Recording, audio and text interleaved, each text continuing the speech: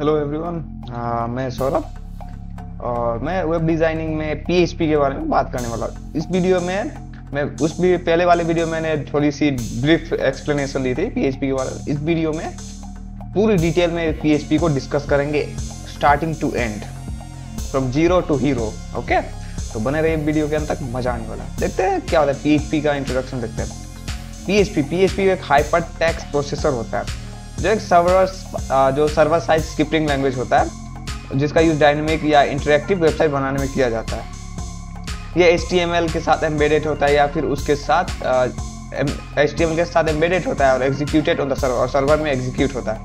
जैसे कि HTML में जो कोड लिखा जाता है उसी के अंदर PHP का भी कोड लिखा जाता है। ऐसा ये रहा PHP का एकदम सिंपल सा कोड। जैसे PHP का ये सिंटेक्स रहा एग्जांपल, ये ECHO का, जैसे कि हम लोग प्रिंट करने के लिए जो लिखते हैं ना कोई सिंटेक्स, तो इसमें PHP में ECHO लिखते हैं जिससे आउटपुट प्रिंट होता है, स्क्रीन पे डिस्प्ले होती है। Welcome to a PHP। ठीक है, इसके फीचर्स देखे जाए तो इसका फीचर्स देखो, features are the special quality that make PHP useful for web developers. इसके जो फीचर्स होते हैं जो PHP को मोर यूजफुल बनाती है, जो एकदम रियलेबल होता है और बहुत अच्छे से यूज किया जाता है PHP। ये तो पहला नंबर, ये तो ओपन सोर्स होता है। Open source free to use होता है, ये हर कोई इस्तेमाल कर सकता है। बस इसको आप डाउनलोड करेंगे अपने सिस्टम पे और यूज करना चालू कर दीजिए। इसके लिए कोई आपको पेड या फिर कोई परचेस प्राइस नहीं देनी पड़ती है। दूसरा है क्रॉस प्लेटफॉर्म। ये किसी भी प्लेटफॉर्म पे रन हो जाता है, चाहे आपका विंडोज हो, मैक हो, लिनक्स हो, कोई भी आपका सिस्टम हो उस पर रन हो जाएगा। ये फास्ट एंड इफेक्टिव होता है, क्विक एग्जीक्यूशन होता है। ये मतलब जल्दी काम करता है, फास्ट होता है एकदम। इसमें उप सपोर्टेड होता है जिसमें क्लासेस और ऑब्जेक्ट्स यूज होते हैं। डेटाबेस कनेक्टिविटी ये होता है जैसे ये MySQL के डेटाबेस से कनेक्ट रहता है, easily connected to MySQL and other database. ये MySQL और अदर डेटाबेस से इजीली कनेक्ट हो सकता है। इसका अगर इंस्टॉलेशन देखा जाए तो PHP कैसे यूज करें, तो XAMPP या फिर WAMP, ये देखिए ये दोनों सॉफ्टवेयर पैकेज होते हैं जिसमें लोकल सर्वर एनवायरनमेंट प्रोवाइड होता है जो PHP स्क्रिप्ट को रन करता है। इसमें क्या होता है, ये पेज हो गया जो वेब सर्वर पे काम करता है, MySQL हो गया जो डेटाबेस सर्वर होता है, PHP जो प्रोग्रामिंग लैंग्वेज है, और PHP MyAdmin जैसे जो वेब बेस्ड इंटरफेस प्रोवाइड करता है डेटाबेस को मैनेज करने के लिए। ठीक है, इसका अगर बेनिफिट देखा जाए तो PHP एंड MySQL ये दोनों साथ में ही रहते हैं, एक के बिना एक अधूरा, वैसा बोल सकते हैं। तो PHP and MySQL are often used together to create powerful and data drive website. अब इन दोनों का साथ, इन दोनों वेबसाइट का यूज एकदम साथ में किया जाता है। जैसे मैंने इन दोनों प्रोग्रामिंग लैंग्वेज का यूज, एक प्रोग्रामिंग लैंग्वेज है और एक डेटाबेस है, ये दोनों साथ में यूज हो जाता है ताकि एक अच्छा सा पावरफुल वेबसाइट बना सके। इसके बेनिफिट देखे तो ये इजी इंटीग्रेटिव है, फास्ट परफॉर्मेंस देता है, सिक्योर एंड रिलायबल है, कॉस्ट इफेक्टिव होता है जो ओपन सोर्स है। अगर एग्जाम्पल में देखा जाए तो ये लॉगिन सिस्टम हो गया या फिर CMS हो गया, लाइक वर्डप्रेस में भी, इसमें बैकएंड में वर्डप्रेस में भी PHP का यूज होता है, या फिर ई-कॉमर्स वेबसाइट हो गया। क्लाइंट सर्वर एनवायरनमेंट क्या होता है, it is a model where the client जिसको ब्राउजर बोलते हैं, send request to the server जो है उसको, जो क्या बोलते हैं, जो उस रिक्वेस्ट को अप्रोच करता है, which process the PHP code and sends back to the response. Client ये होता है कि जैसे कि आप मैं क्लाइंट हूँ, मैंने किसी वेबसाइट से एक रिक्वेस्ट भेजी कि ये चीज हमको मौजूद, और जो सर्वर होता है वो अप्रोच करता है उस क्या बोलते हैं रिक्वेस्ट को, और उस रिक्वेस्ट के बेस पे वो मुझे फिर वापस डेटा प्रोवाइड करता है जो जिसके लिए मैंने उसको रिक्वेस्ट भेजी। अगर इसमें देखा जाए एनालॉग, तो ordering food in A restaurant, you client order, the chef serves, prepares and the water delivers. Waiter, जैसे अगर आप बात किया जाए तो वेटर, ये रेस्टोरेंट की बात ले लिया जाए तो मान लीजिए आप किसी रेस्टोरेंट में जाते हैं खाना ऑर्डर करने, तो आप अगर ऑर्डर देते हैं तो आप क्लाइंट हो गए कि हाँ मैंने ये ऑर्डर दिया, मुझे ये ऑर्डर सर्व करो। अब जो सेफ होता है वो ऑर्डर को बना के रखता है, और जो आपको देता है वो डिलीवर होता है, जो वेटर आपको प्रोवाइड करता है वो डिलीवरी का काम करता है। बस आपका ऑर्डर आप तक पहुंच जाए उसका वही काम होता है। ये वेब ब्राउजर क्या होता है, web browser is an application like Chrome हो गया, फायरफॉक्स हो गया, that is used to request or display web content from a server. PHP code is not visible in the browser, only the output is. जैसे ये web browser वो होता है जहाँ से आप किसी वेबसाइट को एक्सेस करते हैं या फिर उसको यूज करते हैं, जैसे क्रोम हो गया, फायरफॉक्स हो गया, ये सब ब्राउजर होते हैं, वेब एप्लीकेशन होते हैं, वेब ब्राउजर एप्लीकेशन, ठीक है। और इसमें पीएचपी का कोड नहीं दिखाई देता, पीएचपी का बस आउटपुट दिखाई देता है कि हाँ आउटपुट मतलब जो क्या बोलते हैं यूआई पे डिपेंड होता है, यूजर इंटरफेस पे डिपेंड होता है, जीयूआई। आगे है web server installation and configuration files. जैसे इसका वेब सर्वर होता है कि like a page process client request and serve web content. अब इसमें वेब सर्वर इंस्टॉलेशन क्या होता है, आप किसी वेबसाइट पे अपना कोई रिक्वेस्ट भेजते हो और वो उस रिक्वेस्ट को रिस्पॉन्स करता है आपको, फिर वो रिस्पॉन्स भी वेबसाइट पे ही मिलता है। अगर इसके कॉन्फ़िगरेशन फाइल देखा जाए तो httpd कॉन्फ़िग हो गया, php.ini हो गया जो मेमोरी एरर्स या इसको सेटिंग करता है, और my.ini तो MySQL का सेटिंग हो गया। उप्स देखा जाए तो PHP में क्या होता है, पहला नंबर उप्स होता है ऑब्जेक्ट ओरिएंटेड प्रोग्रामिंग, ठीक है। इसे programming model based on object and classes which helps organize code better and makes it reusable. इसमें उप्स और ये क्लासेस और ऑब्जेक्ट का यूज इसलिए किया जाता है ताकि वो रीयूजेबल हो जाए, उस कोड को रीयूजेबिलिटी बढ़ जाए, और ये बहुत अच्छा रहता है, हेल्प्स इन ऑर्गेनाइज कर देता है डेटा और कोड को। तो कॉन्सेप्ट क्या होता है, जैसे क्लास उस चीज को ले लिया जाए तो किसी ऑब्जेक्ट का ये ब्लूप्रिंट हो गया। अगर नहीं समझ, जैसे कि ये घर हो गया, घर बनाना है तो उसके लिए एक ब्लूप्रिंट की जरूरत है, घर कैसा बनेगा क्या नहीं, तो घर वो ब्लूप्रिंट हो गया। और जो क्लास ऑब्जेक्ट होता है वो इंस्टेंस ऑफ मतलब ब्लूप्रिंट के अंदर, मतलब घर के अंदर जो कमरे होते हैं उसको ऑब्जेक्ट बोल सकते हैं। ये क्लासेस के अंदर ऑब्जेक्ट रहता है, ठीक है। जैसे इनहेरिटेंस हो गया, इनकैप्सुलेशन हो गया, पॉलीमराइजेशन हो गया। एग्जांपल में ये देख लीजिए, क्लास नाम का एक क्लास नाम का कार नाम का क्लास है, ठीक है। पब्लिक उसमें क्या कलर दिया गया है, इसके फंक्शंस क्या है, सेट कलर सी, अब इसमें कलर डाल दिया सी। तो ये इसका पीएचपी में ये प्रोग्राम रहा, क्लासेस का यूज करके और फंक्शंस का यूज करके, क्लासेस एंड ऑब्जेक्ट का यूज करके, ठीक है। बेसिक्स, लैंग्वेज बेसिक्स देखा जाए तो ये basic rules and structure of PHP like how to write code, use variables and functions. इसमें ये बताया जाता है कैसे हम लोग कोड लिखेंगे, कैसे फंक्शंस लिखेंगे। तो ये रहा एक सिंपल सा एग्जांपल दिया हुआ है, इसका कोड कैसे लिखा जाता है, स्टार्टिंग कहाँ से कैसे होती है, एंडिंग कहाँ से होती है, ये बस। सिंटेक्स एंड कमेंट्स क्या होते हैं, सिंटेक्स क्या होता है, एक सेट ऑफ रूल्स होता है टू राइट ए कोड। अगर किसी काम को करना है तो उसके भी काम के कुछ नियम होंगे, किस काम को कैसे करना है, क्या क्या रूल्स है, स्टेप्स है। तो वैसी इसका अगर सिंटेक्स लिखना है तो इसमें कौन कौन से क्या रूल्स है, उसका सिंटेक्स का स्ट्रक्चर कैसा रहेगा वो चीज बताता है। कमेंट क्या है, कमेंट ये होता है कि हम अगर जो चीज प्रोग्राम में लिखते हैं लेकिन वो स्क्रीन पे डिस्प्ले नहीं करते, वो बस कोड को दिखाने के लिए होता है कि ये कोड किस लिए है, उसको कमेंट बोल देते हैं। जैसे एग्जांपल ये सिंगल लाइन कमेंट हुआ, ये मल्टीपल लाइन कमेंट हुआ। वेरिएबल्स देखे जाए या कांस्टेंट या डेटा टाइप्स, इसको अगर देखा जाए तो क्या होता है, वेरिएबल्स स्टोर डेटा टेम्पोरली, इसमें क्या होता है कि डेटा को हम टेम्पोरली स्टोर कर सकते हैं। कांस्टेंट क्या होता है, कांस्टेंट में होता है कि इसका वैल्यू फिक्स होता है, फिक्स वैल्यू होता है, इसको एक बार डिफाइन किया जाए उसका नहीं। डेटा टाइप क्या है, डेटा टाइप तो किस टाइप का वैल्यू उसमें स्टोर है, इंटीजर है, कैरेक्टर है, फ्लोट है, बूलियन है, अरे है। एक्सप्रेशन एंड ऑपरेटर्स, इसका देखा जाए तो expression combines variables and operations to computer values, ठीक है। अब टाइप्स ऑफ ऑपरेटर्स देख लिया जाए तो ये अरिथमेटिक ऑपरेटर हो गया, असाइनमेंट ऑपरेटर हो गया, कंपैरिजन ऑपरेटर हो गया, लॉजिकल ऑपरेटर हो गया। फ्लो कंट्रोल अगर स्टेटमेंट देखा जाए तो वो होता है जैसे this control flow of execution and program. ये फ्लो कंट्रोल स्टेटमेंट बताता है कि कब क्या होना चाहिए। इफ अगर 40 मार्क्स से ज्यादा है तो ये प्रिंट करो, अदरवाइज ये प्रिंट करो। अगर वो 40 मार्क्स से ऊपर लाया तो पास हो गया, नहीं तो फेल हो गया। तो ये किसी कंडीशन को दिखाने के लिए कंट्रोल फ्लो स्टेटमेंट लगाते हैं, इफ एल्स, किंतु परंतु या फिर स्विच केस लगाते हैं। आगे है लूपिंग स्ट्रक्चर। लूपिंग स्ट्रक्चर में ये बताया कि एक कोड को कितनी बार रन करना है, मल्टीपल कोड, फॉर लूप हो गया, व्हाइल लूप हो गया, डू व्हाइल लूप हो गया, या फिर फॉर ईच लूप। अरे इसमें क्या है कि 1 से 5 तक प्रिंट करना है, 5 के बराबर हो जाए तो उसको रोक देना। तो इसमें ये हो गया, ये फॉर लूप का कॉन्सेप्ट हो गया। आगे आ रहा है अरे क्या होता है, अरे यार collection of multiple values in a single variable. जैसे एक कलेक्शन होता है multiple values in a single variable, जैसे एक कंटेनर में कितने सारे वेरिएबल रखे हैं उसको अरे बोल सकते हैं। इसी इंडेक्स हो गया अरे, जैसे इसमें रेड ग्रीन कलर रखे हैं, इसमें नाम है, मेरा नाम सौरभ है। अब मल्टी डायमेंशनल अरे, अरे इनसाइड अरेस, मतलब मल्टी डायमेंशनल अरे ये होता है कि एक अरे के अंदर एक और अरे, जैसे एक बड़ा सा डब्बा के अंदर एक और छोटा डब्बा रख दिए और उसके अंदर एक और छोटा डब्बा रख दिए, उसी तरह। अब including HTML code in PHP, ये देख सकते हैं, you can include HTML tags with in PHP to create structure web content. Example में देखा जाए तो इसका PHP हो गया, PHP हेलो, PHP मतलब PHP के अंदर HTML के अंदर PHP का कोड कैसे लिखा जाता है वो, ठीक है। PHP के अंदर लिख लिए और इसको हेडिंग 1 H1 टैग में रख दिए, तो इसे हेडिंग हो गया। Embedding PHP in web pages.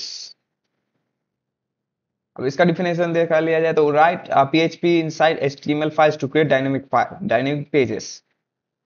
अब डायनेमिक पेजेस बनाने के लिए PHP के अंदर मतलब HTML के अंदर PHP का यूज किया जाता है।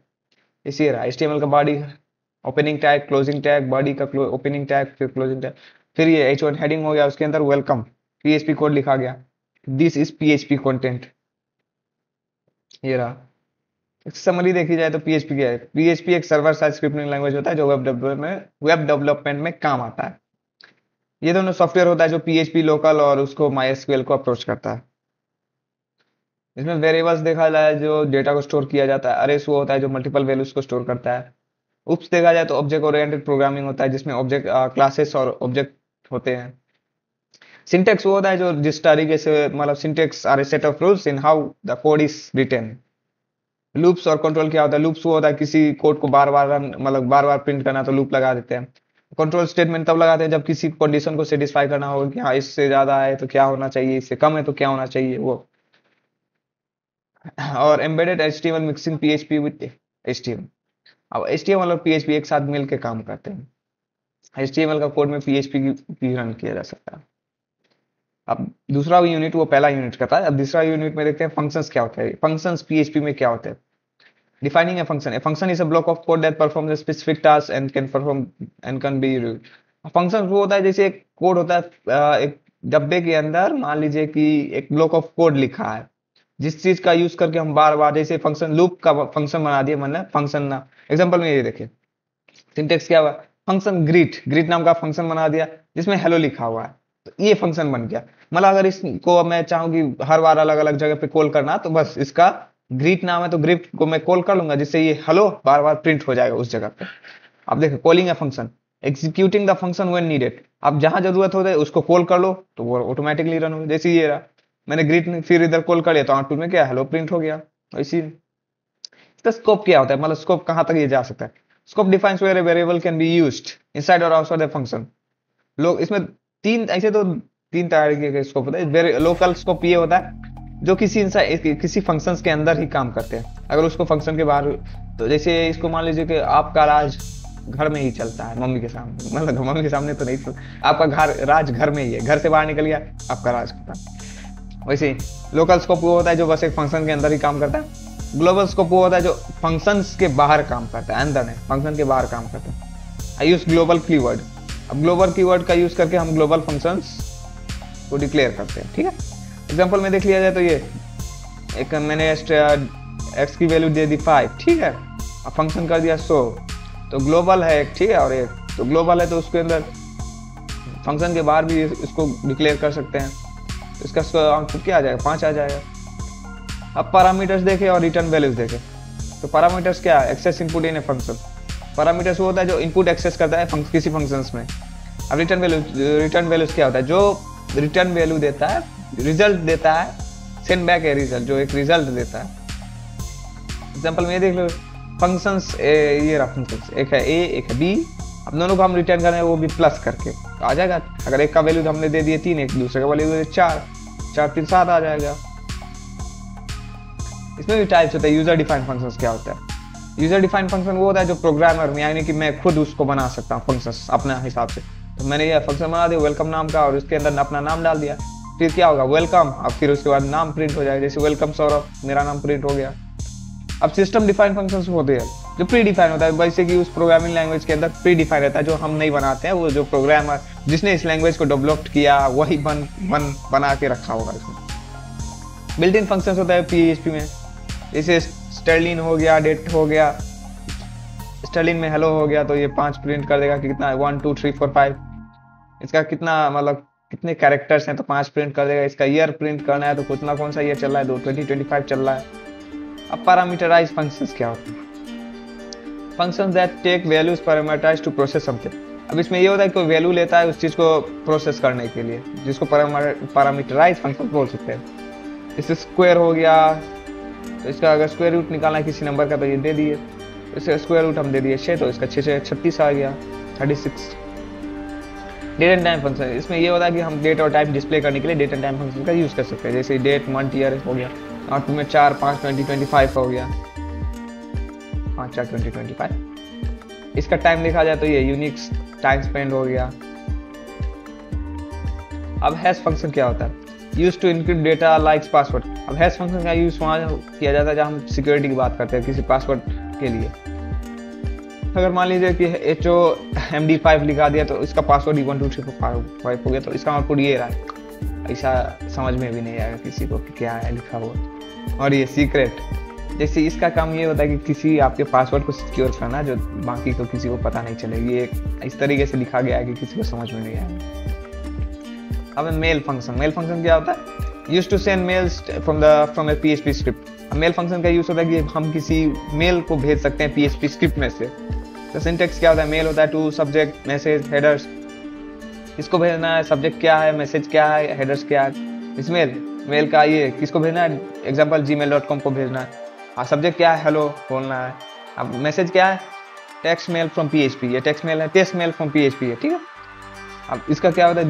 This work only if mail service is configured. अब ये तभी काम करेगा जब मेल सर्वर उस चीज पे काम फिगर्ड है, कॉन्फ़िगर्ड है, ठीक है। ये रहा फंक्शंस के बारे में। अब है स्ट्रिंग। स्ट्रिंग क्या होता है? Creating and accessing string. अब ये स्ट्रिंग जैसे हेलो वर्ल्ड एक स्ट्रिंग है, तो इसको अगर str नाम दे के मैंने हेलो वर्ल्ड एक स्ट्रिंग बना ली, तो इसका कितना है? str हो गया प्रिंट, तो है हेलो वर्ल्ड। अब इसका अगर प्रिंट किया जाए तो कौन सा जगह पे है? तो 0 प्रिंट किया मैंने, तो 0 की जगह पे h है, तो h प्रिंट हो गया। Searching and replacing string, echo str replace world PHP hello world.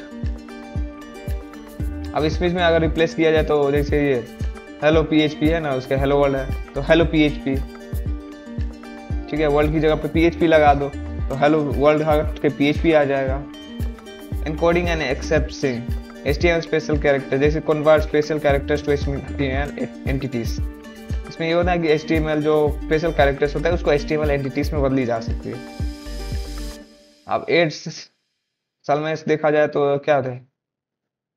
SS to accept characters, इसमें कैरेक्टर्स को एक्सेप्ट किया जाता है। जैसे एग्जांपल में ये स्टोर, ये बोल्ट के लिए हो गया, इसमें स्पेशल कैरेक्टर जैसे ये, ठीक है, समझ में आ गया? नहीं आया तो ऐसे देख सकते हैं। किसी भी कैरेक्टर को अगर हम HTML एंटिटीज में बदल दी जाती है तो इसको इसमें कैरेक्टर HTML का भी टैग्स लगा सकते हैं।